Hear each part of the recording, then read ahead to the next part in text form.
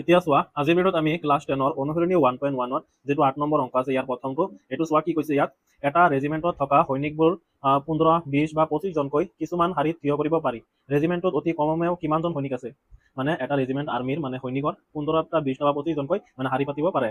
আৰু আমাৰ টোটেল মানে কিমানজন সৈনিক আছে উলিয়াব লাগে। এতিয়া চোৱা ইয়াত আমাৰ কি কৰি আছে দিয়া আছে প্ৰথমে আমাক ইয়াক ভাগ কৰি দিয়া আছে মানে 15টা 20টা বা 25টা। যদি আমাৰ এটা ডাঙৰ নম্বৰ দিলেহেঁতেন সেইটোক মানে আমাক ভাগ কৰিবলৈ ক'লেহেঁতেন সৰ্বোচ্চ নম্বৰ বা সমান ভাগত তেতিয়া আমি তাত বহাগো উলিয়ালোহেঁতেন। ইয়াত আমাৰ অলৰেডি ভাগ কৰি দিয়া আছে তাৰমানে আমাৰ ইয়াত কি ওলাব লাগে লসাগু উলিয়াব লাগে। চোৱা এতিয়া লসাগু উলিয়াম। এইটো আমাৰ কি আঠৰ একৰ আমাৰ কি সলিউশন কৰিব লাগিব। আঠৰ একৰ আমি সলিউশন কৰিছো। এক নম্বৰটো কি আছে 15, 20 আৰু 25 ইয়াত আমি লসাগু উলিয়াম। লসাগু উলিয়াবলৈ আমাৰ কি কৰিব লাগিব ইয়াত মৌলিক উৎপাদক বিশ্লেষণ কৰিব লাগিব। ইয়াত চোৱা 5 আছে লাষ্টত 5এৰে কৰিব লাগিব। 5 আমাৰ 15ত তিনিবাৰ তিনি এটা মৌলিক সংখ্যা ইয়াত আমি ৰৈ যাব লাগিব।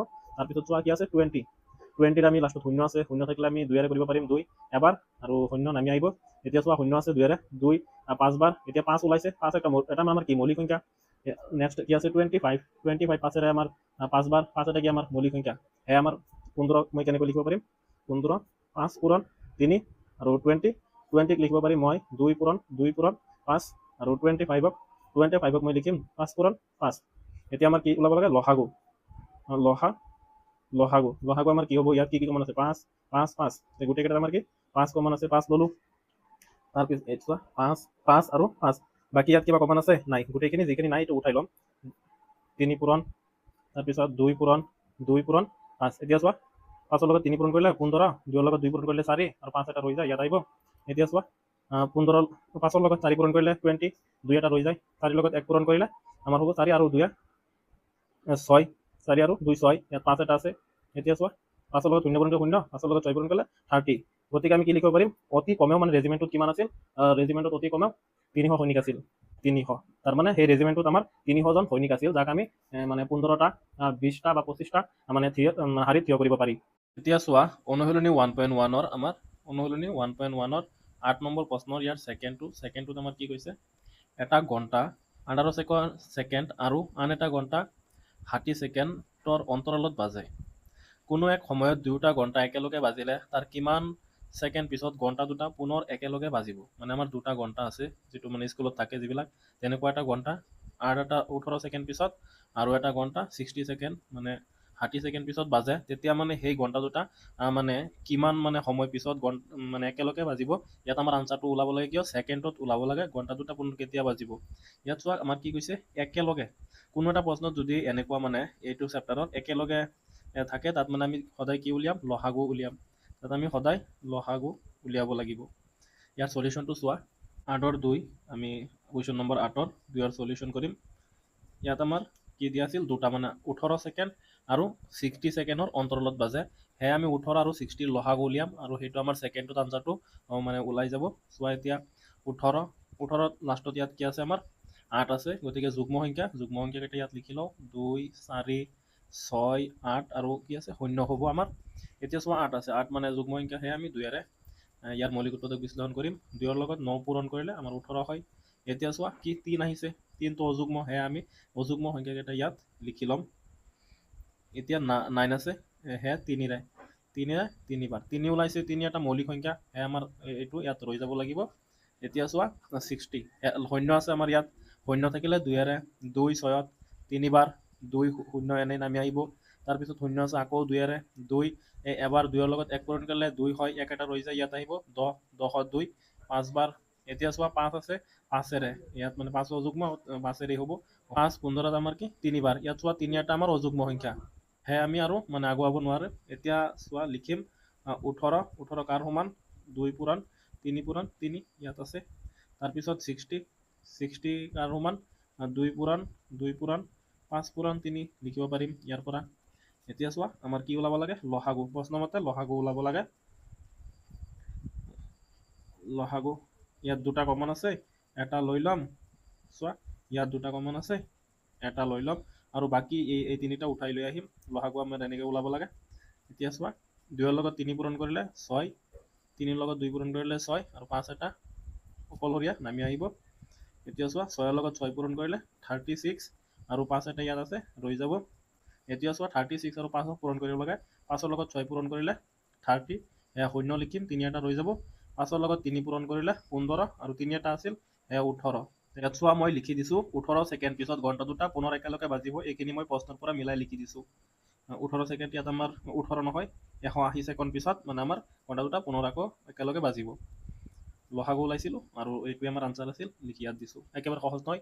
অনুশীলনী 1.1ৰ 8 নম্বৰ প্ৰশ্নৰ আমাৰ 3 নম্বৰটো ইয়াত চোৱা কি কৈছে, এটা অনাতাঁৰ কেন্দ্ৰই প্ৰতি দুদিন মূৰে মূৰে অসম সংগীতটো বজায়, আন এটা কেন্দ্ৰই একেটা সংগীত প্ৰতি 3 দিনৰ মূৰে মূৰে বজায়, আৰু 30 দিনত মুঠতে কিমানবাৰ দুয়োটা অনাতাঁৰ কেন্দ্ৰই একেলগে দিনত সংগীতটো বজাব।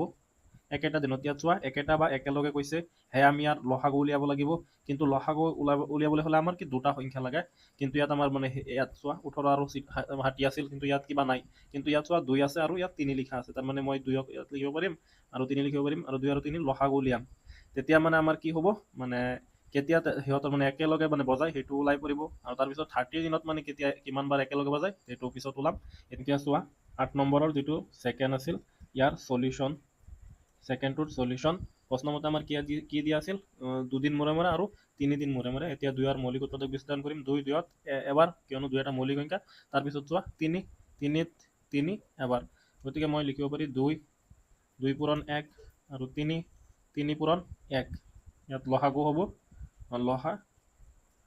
লসাগু হ'ব আমাৰ কি, ইয়াত 1 কমন আছে, 1 লিখাৰ কোনো দৰকাৰ নাই, সেইটোৱে ইয়াত 2 বেলেগ বেলেগ উঠাই লৈ আহিম। তাৰপিছত 2ৰ লগত 3 পূৰণ কৰিলে 6। এতিয়া লসাগু 6 পাইছোঁ, কিন্তু আমাৰ উলিয়াব লাগে মানে 30 দিনৰ মূৰে মানে 30 দিনৰ মূৰে মূৰে কিমানবাৰ মানে একেলগে বাজে। চোৱা 30 দিনত অনাতাঁৰ কেন্দ্ৰই একেটা দিনত সংগীতটো বজাব। আমি 30ক যিটো 6 ওলাইছে তাকে হৰণ কৰিম আৰু ওলাই যাব আমাৰ ইয়াত চোৱা 30, আৰু কি আছিল আমাৰ লসাগু কি ওলাইছিল 6। এতিয়া চোৱা 6 আমাৰ একবাৰ আৰু 6 5বাৰ। কেনেকৈ, যেতিয়া আমি 6ৰ লগত 5ক পূৰণ কৰিম আমাৰ কি হ'ব 30, তেনেহ'লে 6 30ত কিমানবাৰ 5বাৰ, 6 একবাৰ 6 5বাৰ, এইটো আমাৰ ওলাইছে 5। আমাৰ আনচাৰটো হ'ব 30 দিনত অনাতাঁৰ কেন্দ্ৰই একেটা দিনত সংগীতটো বজাব 5বাৰ বজাব।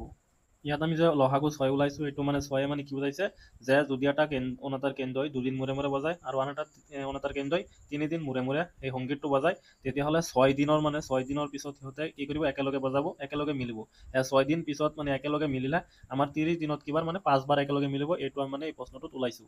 অনুশীলনী 1.1ৰ 8 নম্বৰৰ 4 নম্বৰ যিটো মানে প্ৰশ্ন আছে, ইয়াত আমাক কৈছে 616 সদস্যৰ এটা সৈনিক বাহিনীৰ গোটে 32 জনীয়া এটা সেনাদলৰ পিছে পিছে কদম খোজকাঢ়ি যাবলগীয়া হয়। দুয়োটা দলে একে সমান সংখ্যক স্তম্ভত কদম খোজকাঢ়িবলগীয়া হ'ল। তেওঁলোকে খোজকাঢ়িবলগীয়া স্তম্ভৰ উচ্চতম সংখ্যা কি হ'ব? এইটো চোৱা ইয়াত আমাৰ দিয়া আছে 616 সদস্য আৰু 32টা মানে জনীয়া দল। এটা দলত এটা গ্ৰুপত 32 জনকৈ মানে আছে আৰু টোটেল 616টা সদস্য আছে। আমাৰ কি কৰিব লাগে, উচ্চতম সংখ্যা খোজকাঢ়িবলগীয়া স্তম্ভৰ উচ্চতম সংখ্যা উলিয়াব লাগে। ইয়াত চোৱা উচ্চতম বা সৰ্বোচ্চ থাকিলে আমি সেইবিলাক প্ৰশ্নৰ কি গসাউ উলিয়াব লাগে। ইয়াত আমি কি কৰিম, 616 আৰু 32ৰ কি কৰিম, গসাউ উলিয়াম। 8 নম্বৰ প্ৰশ্নৰ 4 যিটো অপশ্যন আছে তাৰ সলিউশ্যন আমি কৰিম। 4 নম্বৰ প্ৰশ্নটোৰ সলিউশ্যন কৰিম। ইয়াত আমাৰ কি আছে, 616 আৰু 32 জন দিয়া আছিল। ইয়াৰ মানে 616ৰ মৌলিক উৎপাদক বিশ্লেষণ কৰিম। প্ৰথমে যুগ্ম সংখ্যাকেইটা লিখি লওঁ। লাষ্টত কি আছে 6 আছে, 6 আমাৰ ইয়াত আছে, সেয়ে কি হ'ব 2ৰে বিভাজ্য হ'ব।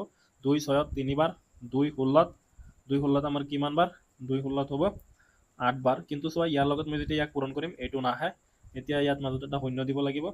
এতিয়া পূৰণ কৰা, 2ৰ লগত 8 পূৰণ কৰিলে 16, 1 এটা ৰৈ যায়। 2ৰ লগত 0 পূৰণ কৰিলে 0, 1 এটা আছিল 1, 2ৰ লগত 6 পূৰণ কৰিলে 6 মিলিছে। এতিয়া আকৌ চোৱা ইয়াত কি আছে, 8 আছে, 8 আমাৰ ইয়াত আছে, সেয়ে 2ৰে 2 এবাৰ, 2ৰ লগত 1 পূৰণ কৰিলে 1 এটা ৰৈ যায়, ইয়াত আহিব 10, 10ত 5বাৰ আৰু 2 4বাৰ। যেতিয়া আমি ইয়াক ইয়াৰ লগত পূৰণ কৰিম আমি এইটো আকৌ উভতাই পাম। এতিয়া 4 আছে ইয়াত, 4 থাকিলে 2ৰে 2 7বাৰ, 1 এটা ৰৈ যায়, ইয়াত আহিব। তাৰপিছত 7 2 আকৌ 14ত 7বাৰ, 7 আছে ইয়াত, 7 এবাৰ, ইয়াত 7 এবাৰ, 11বাৰ। 11 আমাৰ কি মৌলিক সংখ্যা, ইয়াতে ৰৈ যাম। তাৰপিছত এইটো চোৱা লাষ্টত 2 আছে, 2ৰে 2 একবাৰ আৰু 1 এটা ইয়াত 2ৰ লগত 1 পূৰণ কৰিলে 2, 1 এটা ৰৈ যায়, ইয়াত আহিব 12, 6বাৰ। 6 আছে ইয়াত, 6 আছে 2ৰে 2 8বাৰ, 8 আছে 8 ইয়াৰ পৰা 2ৰে 4বাৰ, 4 আছে 4 ইয়াৰ পৰা 2ৰে 2বাৰ। 2 এটা কি মৌলিক সংখ্যা, 2 এটা কি মৌলিক সংখ্যা। গতিকে মই লিখিব পাৰোঁ যে 616 কাৰ সমান, 2 পূৰণ 2 পূৰণ 2 পূৰণ 7 পূৰণ 11, আৰু লিখিব পাৰোঁ 32 কাৰ সমান, 2 পূৰণ 2 পূৰণ 2 পূৰণ 2। কেইটা এটা দুটা তিনিটা চাৰিটা পাঁচটা মই কেইটা লিখি চাৰিটা আৰু এটা লিখি লওঁ ইয়াৰ সমান এতিয়া আমাৰ কি উলিয়াব লাগে প্ৰশ্নমতে গহাও উলিয়াম গহাও উলিয়ালে ইয়াত দুটা কমন আছে এটা ল'ম ইয়াত দুটা কমন আছে এটা ল'ম ইয়াত দুটা কমন আছে এটা ল'ম আৰু বেলেগ কিবা মানে দুয়োটাত কমন আছে নাই একো কমন নাই দুইৰ লগত দুই পূৰণ কৰিলে 4 দুই এটা আছে নামি যাব তাৰপিছত 4 লগত 8 গতিকে ইয়াত চোৱা মই লিখিছোঁ গতিকে খোজকাঢ়িবলগীয়া স্তম্ভৰ উচ্চতম সংখ্যা হ'ব 8 ইয়াত আমি 8 ওলাইছে ইয়াত লিখি দিছোঁ এইখিনি মই ক'ৰ পৰা লিখিছোঁ প্ৰশ্নৰ পৰা মানে ভালকৈ উঠাই এইখিনি মানে ইয়াৰ পৰা লিখি দিছোঁ অনুসলনি 1.1ৰ 8 নম্বৰ প্ৰশ্নত আমাৰ এতিয়া কি 5 নম্বৰটো সলভ কৰিম ইয়াত কি কৈছে হিমাদ্ৰীয়ে 625টা ভাৰতীয় আৰু 325টা আন্তঃৰাষ্ট্ৰীয় ডাক টিকট সংগ্ৰহ কৰিলে তাই এইবোৰ এক বিশেষ থোপাত ৰাখি প্ৰদৰ্শন কৰিবলৈ বিচাৰে যাতে এটাও ডাক টিকট ৰৈ নাযায় হিমাদ্ৰীয়ে সৰ্বাধিক কিমানটা থোপত ডাক টিকটবোৰ প্ৰদৰ্শন কৰিব পাৰিব ইয়াত চোৱা দুটা সংখ্যা দিয়া আছে 6 to 5 আৰু 3 to 5 ইয়াৰ মানে আমাৰ কি কৈছে সৰ্বাধিক কিমানটা থোপত সৰ্বাধিক আছে বা সৰ্বোচ্চ থাকিলে আমি কি কৰিব লাগে গহাও উলিয়াব লাগে গহাও উলিয়াম 625 আৰু 325ৰ আৰু আমাৰ আনসাৰটো যিটো গহাও সেইটোৱে হ'ব ইয়াৰ আনসাৰ আৰু এতিয়া চোৱা 8 নম্বৰৰ যিটো আমাৰ কি আছিল 5 সেইটো সলভ কৰিম 8ৰ 5টো সলভ কৰিম কি দিয়া আছিল 625 আৰু 325 ইয়াৰ আমি মৌলিক উৎপাদক বিশ্লেষণ কৰিম তাৰপিছত মৌলিক উৎপাদক বিশ্লেষণ কৰি গহাও ওলাম ইয়াত আমাৰ লাষ্টত 5 আছে আমি মানে অযুগ্ম সংখ্যাকেইটা লিখি লওঁ ইয়াত মানে সহজ হ'ব ইয়াত চোৱা 5 আছে লাষ্টত 5 আছে 5 সদায় 5এৰে যায় 5 লিখিলোঁ 5 6ত একবাৰ 5ৰ লগত 1 পূৰণ কৰিলে 5 একেটা ৰৈ যায় ইয়াত আহিব 12 5 12ত দুইবাৰ 5ৰ লগত 2 পূৰণ কৰিলে 10 2 এটা ৰৈ যায় ইয়াত আহিব 25 হ'ব 5 25ত 5 বাৰ 5ৰ লগত 5 পূৰণ কৰিলে 25 হয় এতিয়া আমি কি পাইছোঁ 125 যেতিয়া আমি 5ক ইয়াৰ লগত পূৰণ কৰিম আমি আকৌ এইটো উভতাই পাম তাৰমানে আমাৰ শুদ্ধ হৈছে 5 আছে ইয়াত লাষ্টত 5 থাকিলে 5এৰেই 5 ভাৰত দুইবাৰ 5ৰ লগত 2 পূৰণ কৰিলে 10 2 এটা ৰৈ যায় ইয়াত আহিব 25 আকৌ 25ত 5 বাৰ এতিয়া চোৱা 5 আছে আৰু লাষ্টত 5 আছে 5এৰে 5 25ত 5 বাৰ 5 ওলাইছে 5 এটা কি আমাৰ মৌলিক সংখ্যা ইয়াতে ৰৈ যাম এতিয়া চোৱা 325ত লাষ্টত 5 আছে 5এৰে 5 আমাৰ 30ত কিমান বাৰ 6 বাৰ তাৰপিছত 5ত একবাৰ এতিয়া চোৱা মই যেতিয়া ইয়াৰ লগত পূৰণ কৰিম এইটো পাওঁ নেকি যদি পাওঁ তেতিয়া আমাৰ শুদ্ধ হৈছে 5ৰ লগত 1 পূৰণ কৰিলে 5 5ৰ লগত 6 পূৰণ 5ৰ লগত 6 পূৰণ কৰিলে ভুল হৈছে মোৰ ইয়াত আকৌ চাব লাগিব 5ৰ লগত 6 পূৰণ কৰিলে কি ওলাই 32 মানে 30 ইয়াত 2 এটা আহি যাব 2 এটা অহাৰ পিছত ইয়াত কি হ'ব মানে 25 হ'ব তেনেহ'লে 25ত 5 বাৰ এতিয়া চোৱা 5ৰ লগত 5 পূৰণ কৰিলে 25ৰ কি 5 2 এটা ৰৈ যাব তাৰপিছত 5ৰ লগত 6 পূৰণ কৰিলে 30 আৰু 2 এটা যোগ কৰিলে 32 এতিয়া হৈছে তাৰপিছত ইয়াত চোৱা 5 আছে